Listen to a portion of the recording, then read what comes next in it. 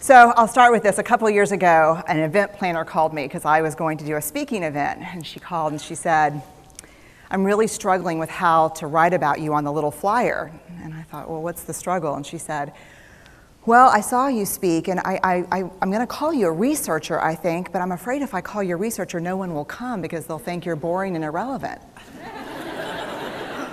And I was like, okay. And she said, but the thing I liked about your talk is, you're a storyteller, so I think what I'll do is just call you a storyteller. And of course, the academic, insecure part of me was like, you're going to call me a what? And she said, I'm going to call you a storyteller. And I was like, oh, why not Magic Pixie? I was like, let me think about this for a second. And so I tried to call deep on my courage, and I thought, I am a storyteller. I'm a qualitative researcher. I collect stories. That's what I do. And maybe stories are just data with a soul, and maybe I'm just a storyteller. So I said, you know what? Why don't you just say I'm a researcher storyteller? And she went, there's no such thing.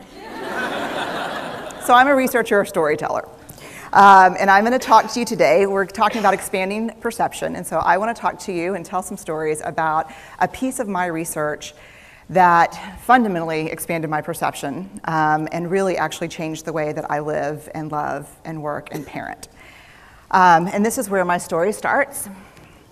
When I was a young researcher, doctoral student, my first year I had a research professor who, one of his first days of class, he said to us, here's the thing, if you cannot measure it, it does not exist.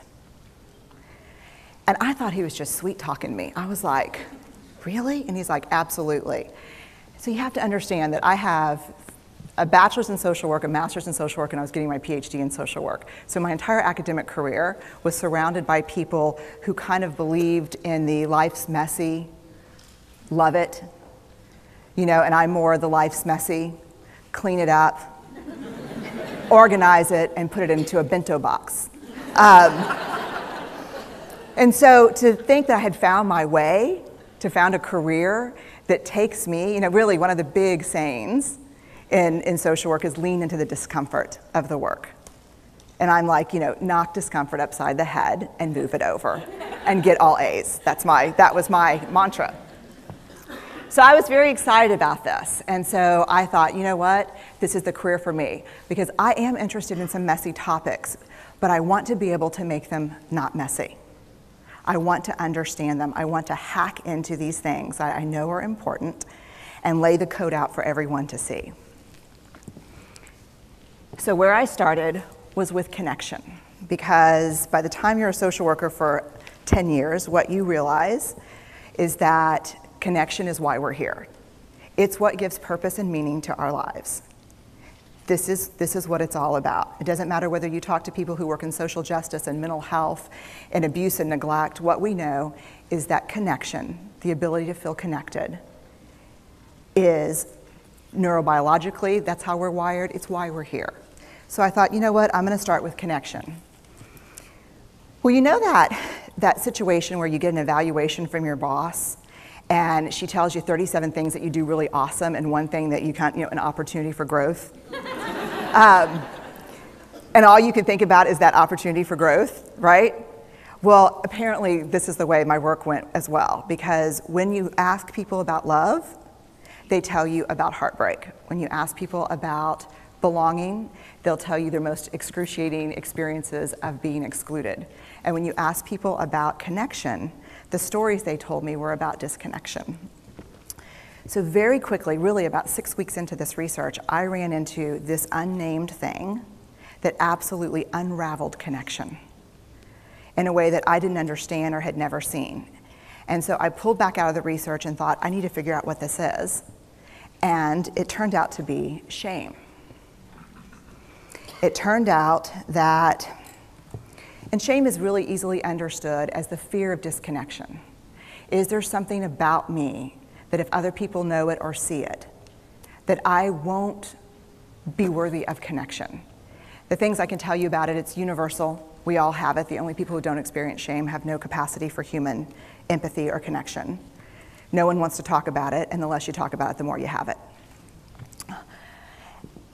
What underpinned this shame, this I'm not good enough, which we all know that feeling. I'm not blank enough. I'm not thin enough, rich enough, beautiful enough, smart enough, promoted enough. The thing that underpinned this was kind of this excruciating vulnerability, this idea of, in order for connection to happen, we have to allow ourselves to be seen, really seen. And you know how I feel about vulnerability. I hate vulnerability. And so I thought, this is my chance to beat it back with my measuring stick. I'm going in, I'm gonna figure this stuff out, I'm gonna spend a year, I'm gonna totally deconstruct shame, I'm gonna understand how vulnerability works, and I'm gonna outsmart it. So I was ready, and I was really excited. As you know, it's not gonna turn out well. You know this. So I could tell you a lot about shame, but I'd have to borrow everyone else's time. But here's what I can tell you that it boils down to. And this may be one of the most important things that I've ever learned in the decade of doing this research. My 1 year has turned into 6 years, thousands of stories, hundreds of long interviews, focus groups. At one point, people were sending me journal pages and sending me their stories, thousands of pieces of data.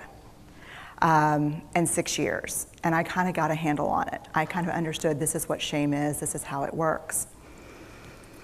I wrote a book, I published a theory, but something was not okay. And what it was is that if I roughly took the people I interviewed and divided them into people who really have a sense of worthiness, that's what this comes down to, a sense of worthiness. They have a strong sense of love and belonging. And folks who struggle for it, and folks who are always wondering if they're good enough. There was only one variable that separated the people who have a strong sense of love and belonging and really struggle for it, and that was the people who have a strong sense of love and belonging believe they're worthy of love and belonging. That's it. They believe they're worthy.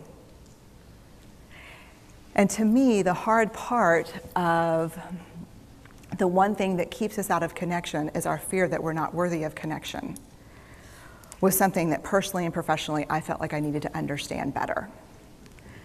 So what I did is I took all of the interviews where I saw worthiness, where I saw people living that way, and just looked at those. What do these people have in common? And I have a slight office supply addiction, but that's another talk.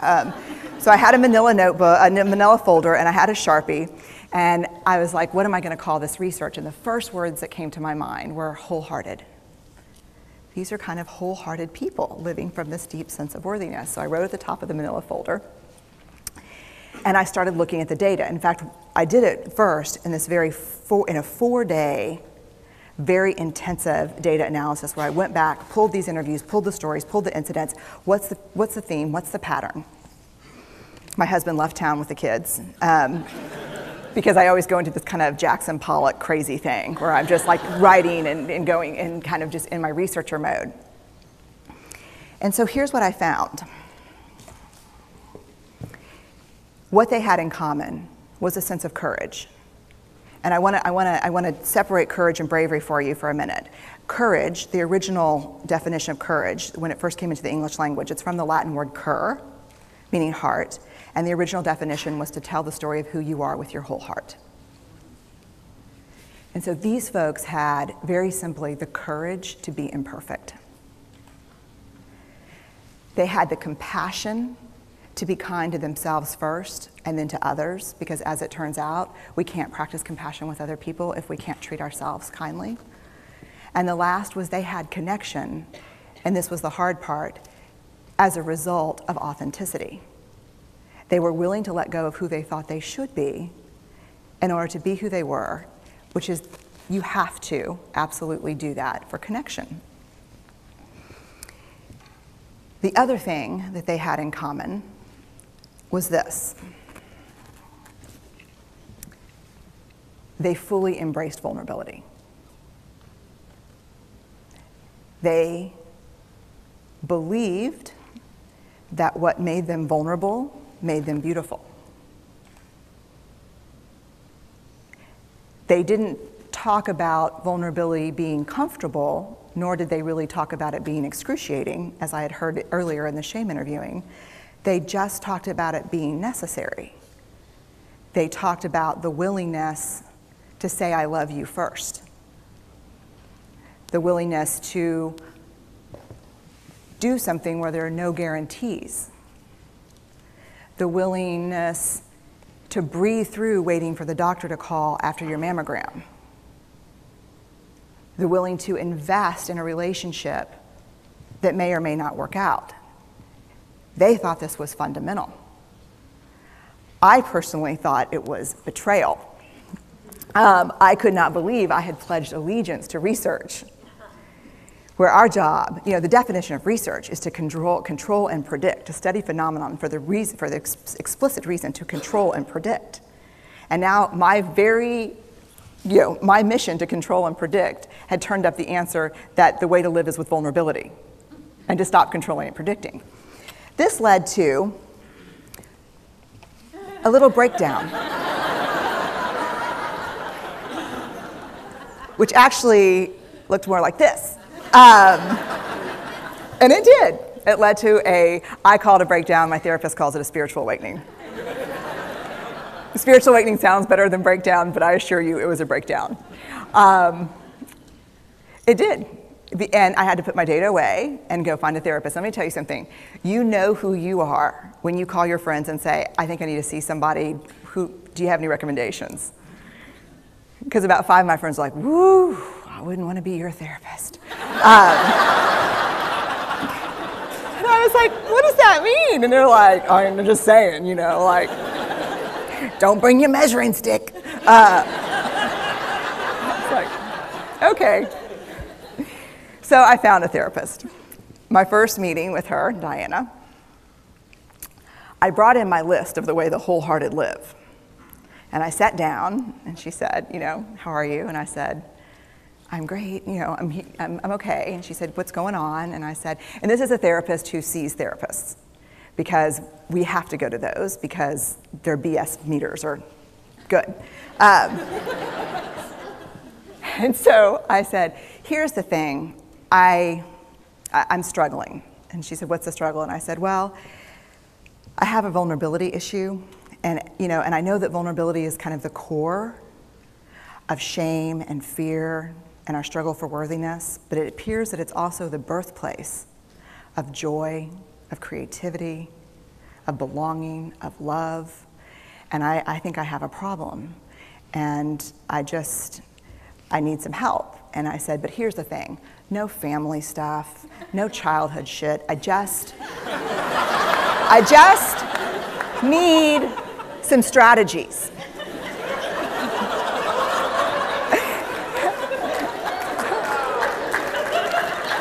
Thank you. So she goes like this.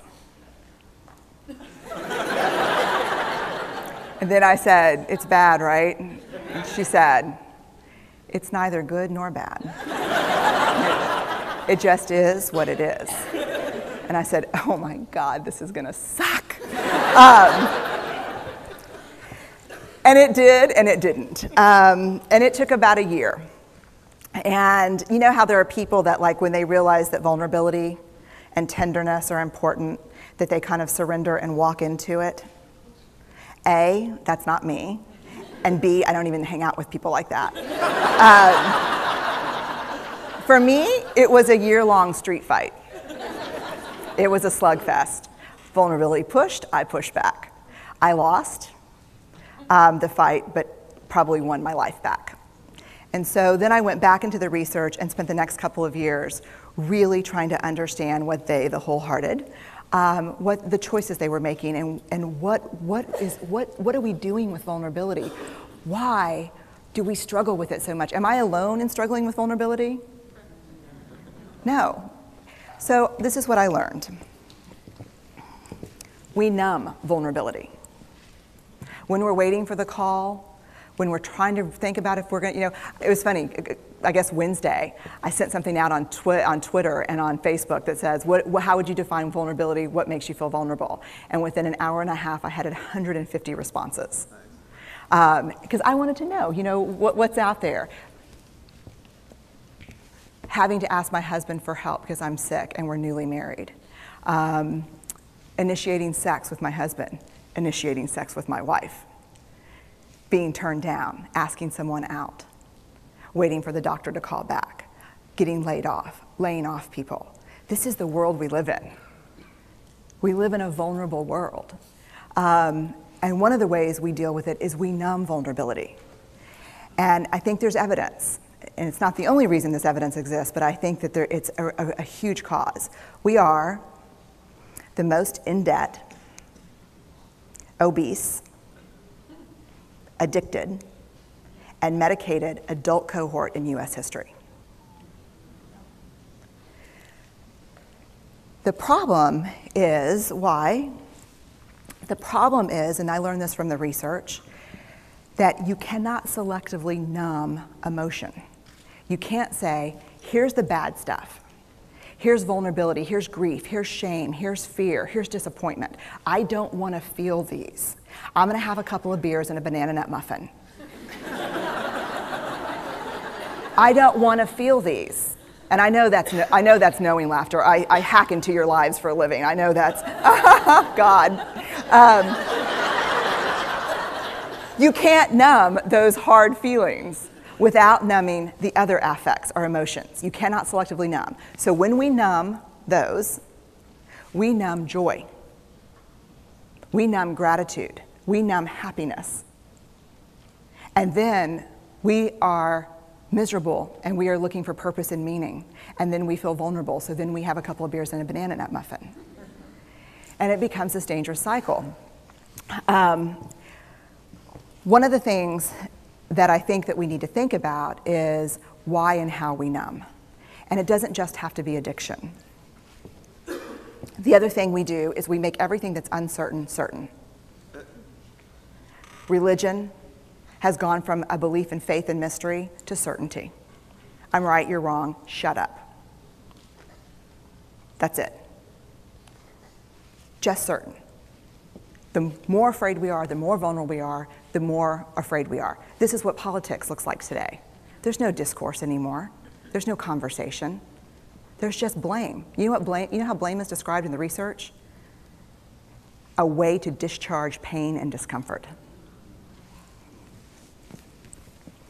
We perfect. Now let me tell you, if there's anyone who wants their life to look like this, it would be me. But it doesn't work, because what we do is we take fat from our butts and put it in our cheeks. Which just, I hope in 100 years people will look back and go, wow. And we perfect, most dangerously, our children. Let me tell you what we think about. Let me think very quickly about children. They're hardwired for struggle when they get here. When you hold those perfect little babies in your hand, our job is not to say, look at them, look at her, she's perfect. My job is just to keep her perfect, make sure she makes the tennis team by 5th grade and Yale by 7th grade. Our job, that's not our job. Our job is to look and say, you know what? You're imperfect and you're wired for struggle, but you are worthy of love and belonging. That's our job. Show me a generation of kids raised like that and we'll end the problems I think that we see today. We pretend that what we do doesn't have an effect on people. We do that in our personal lives. We do that corporate, whether it's a bailout, an oil spill, a recall. We pretend like what we're doing doesn't have a huge impact on other people. You know, I would say to companies, this is not our first rodeo, people. We just need you to be authentic and real and say, we're sorry, we'll fix it. But there's another way, and I'll leave you with this. This is what I have found. To let ourselves be seen, deeply seen, vulnerably seen. To love with our whole hearts, even though there's no guarantee. And that's really hard, and I can tell you as a parent, that's excruciatingly difficult. To practice gratitude and joy in those moments of kind of terror when we're wondering, can I love you this much? Can I believe in this passionately? Can I be this fierce about this? Just to be able to stop and instead of catastrophizing what might happen, to say, I'm just so grateful because to feel this vulnerable means I'm alive. And the last, which I think is probably the most important, is to believe that we're enough. Because when we work from a place, I believe, that says, I'm enough, then we stop screaming and start listening. We're kinder and gentler to the people around us, and we're kinder and gentler to ourselves. That's all I have. Thank you.